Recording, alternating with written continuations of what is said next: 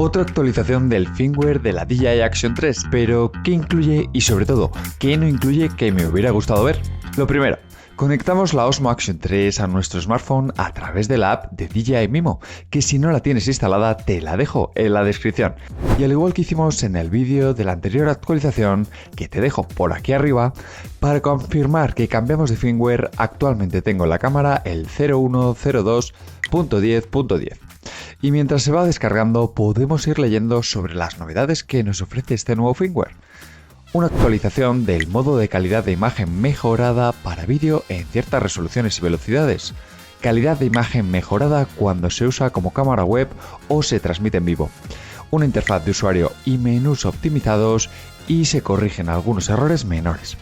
Y ojo, nos avisan que una vez actualicemos el firmware, los modos personalizados que tengamos creados, sí, esos a los que puedes acceder rápidamente desde el botón lateral, que ya te conté en la review de la DJI Action 3, que te dejo aquí arriba, se van a resetear y borrar, y vas a tener que volver a configurarlos después de la actualización, ¿ok?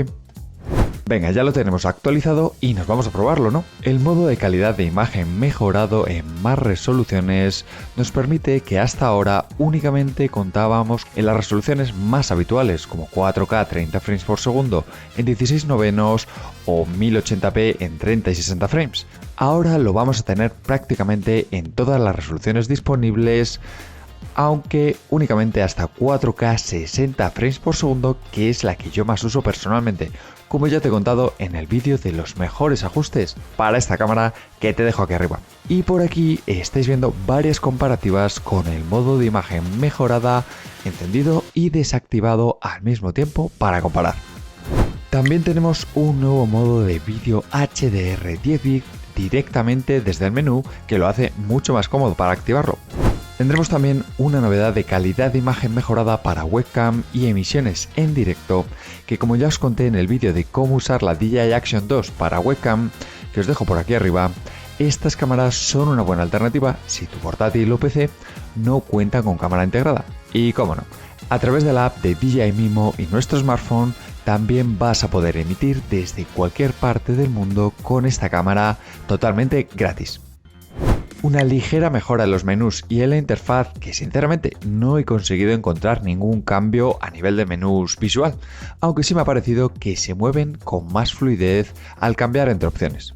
Y con respecto al arreglo de errores, nada que añadir, ya que no nos indica de cuál se tratan. Vale, y ahora lo que no incluye.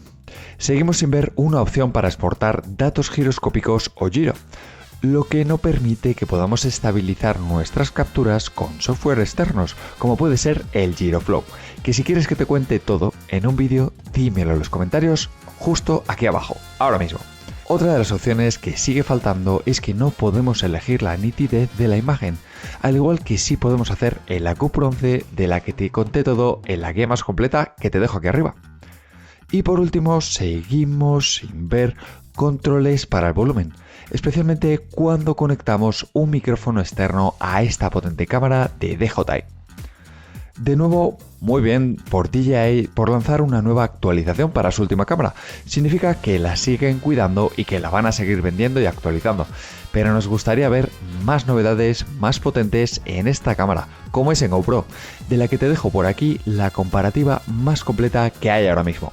Déjame tus dudas y comentarios abajo y suscríbete, que vienen muchos más vídeos.